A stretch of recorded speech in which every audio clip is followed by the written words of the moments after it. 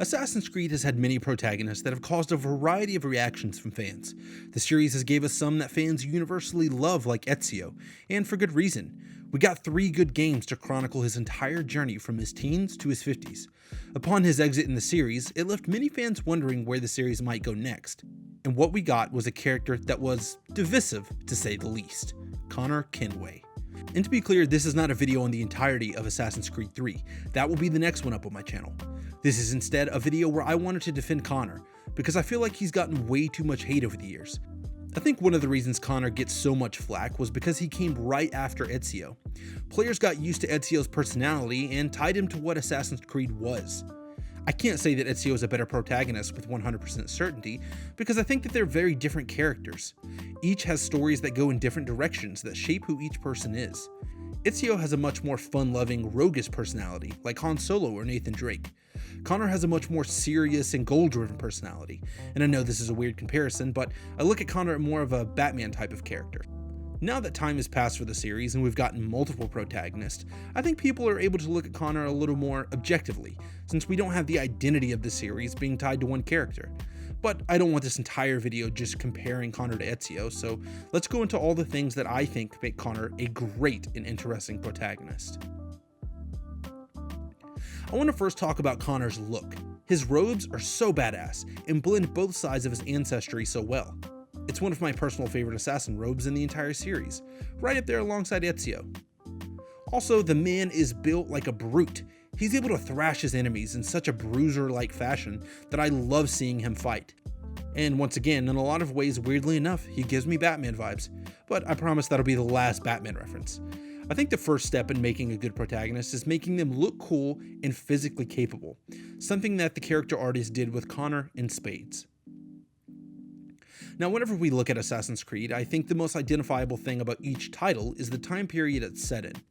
The American Revolution is a period that I think is ripe for interesting stories because of how rich the ideological beliefs that help shape that time are. If I was to sum up what all these beliefs stand for in a single word, it would be freedom. That is where Connor comes in.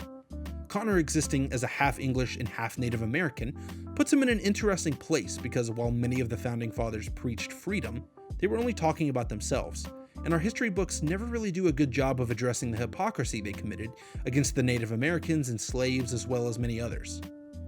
Connor's whole reason that he became an assassin is to protect his Native American village and to get revenge for those who murdered his mother. I think that's one of the strongest reasons why I think Connor is a good protagonist. His intentions are almost always noble. He doesn't seek out to become an assassin out of his own desire for power. He just knows he needs to protect his village and his friends. You see this after he kills William Johnson. I thought it might bring clarity or instill a sense of accomplishment, but all I feel is regret. Hold fast to that. Such sacrifices must never come lightly. I had to do it. Not only for my people, but for all the others Johnson would have harmed. You are shown how fiercely loyal Connor is to his friends and family in several other sections of the game, specifically during homestead missions. He continuously goes out of his way to help and protect his friends from abusive husbands and redcoats alike. I mean, this is a man who is fighting in historic battles during a huge war, but he still takes time to help his friends like Norris find love, or helping deliver the baby of a couple that he gave a plot of land free of charge. Connor cares about those he shares connections with, and he's committed in helping them succeed. I think another aspect that makes me really love Connor is his unwavering moral compass. He has a charming sense of naivete about him that you see in instances like when he first shows up in Boston with Achilles. Achilles tries to subtly explain to him that someone of his skin color is looked at as a lesser man than those around him, to which Connor disagrees because he only recognizes people on the content of their character. Better to be thought a Spaniard than a native. And both are better still than I. That is not true. What's true and what is aren't always the same. You also see it again when he verbally spars with Samuel Adams on bribing people to earn his innocence. This feels wrong. Why not just speak to someone and explain my innocence? You can't be serious. We counter one lie with another. Words on paper instantly taken as truth, and all of it without question. They loose this beast. Or have you forgotten? I merely helped you tame and turn it round. There must be another way. Something more honest. It shows how Connor admires honesty and commitment overall. He doesn't care about the social optics of things. He only cares about what he knows is right and wrong. And it leads to him getting frustrated with all the political bullshit that comes along with helping the colonist. Connor has no desire to help build a nation. He cares about helping good people and giving them their freedom, no matter what their background is. His sensibilities of not caring about the government, but the people living their daily lives, is something that resonates deeply with me, especially today. I think those sensibilities are somewhat what leads him to feeling like a wet blanket at times. He is stoic, but also impatient and sometimes come across as whiny. I will not leave, do you hear me? I'm never leaving. But I admire his tenacity to achieve his goals. He gets annoyed and short-tempered with people who he feels is getting in his way to do what he knows is right. He constantly gets fed up with people, seeing him as a useful tool to help them achieve their goals, but they never really end up holding up their end of the agreement. This is what leads me to my next topic, is that Connor is an incredibly tragic character. This is a spoiler warning for the end of AC3, so if you haven't finished the game and you don't want to know where the game goes, then tap out now. The reason that Connor's story is so sad in my opinion is he sets out with pure intentions and for the most part does the right thing, but he ends up failing to protect his village.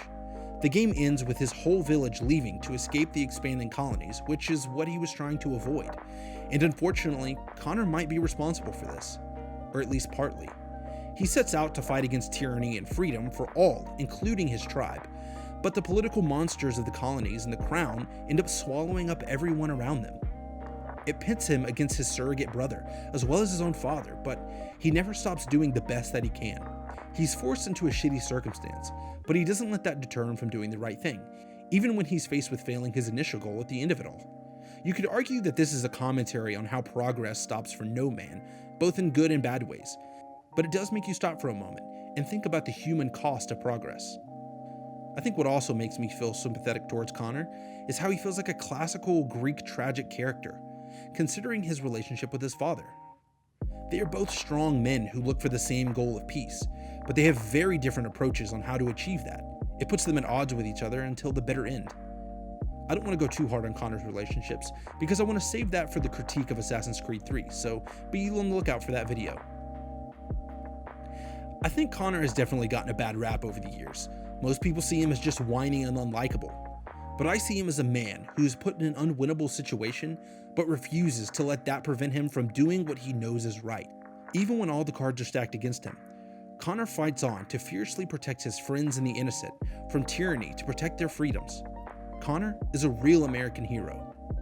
But that's just my opinion. How do you guys view Connor? Do you prefer someone with a little more charisma, or did you like Connor's stoic, determined attitude?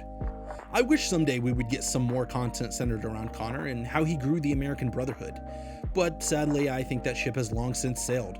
Let me know in the comments below. I would love to discuss this with all of you. And as always guys, thanks for watching.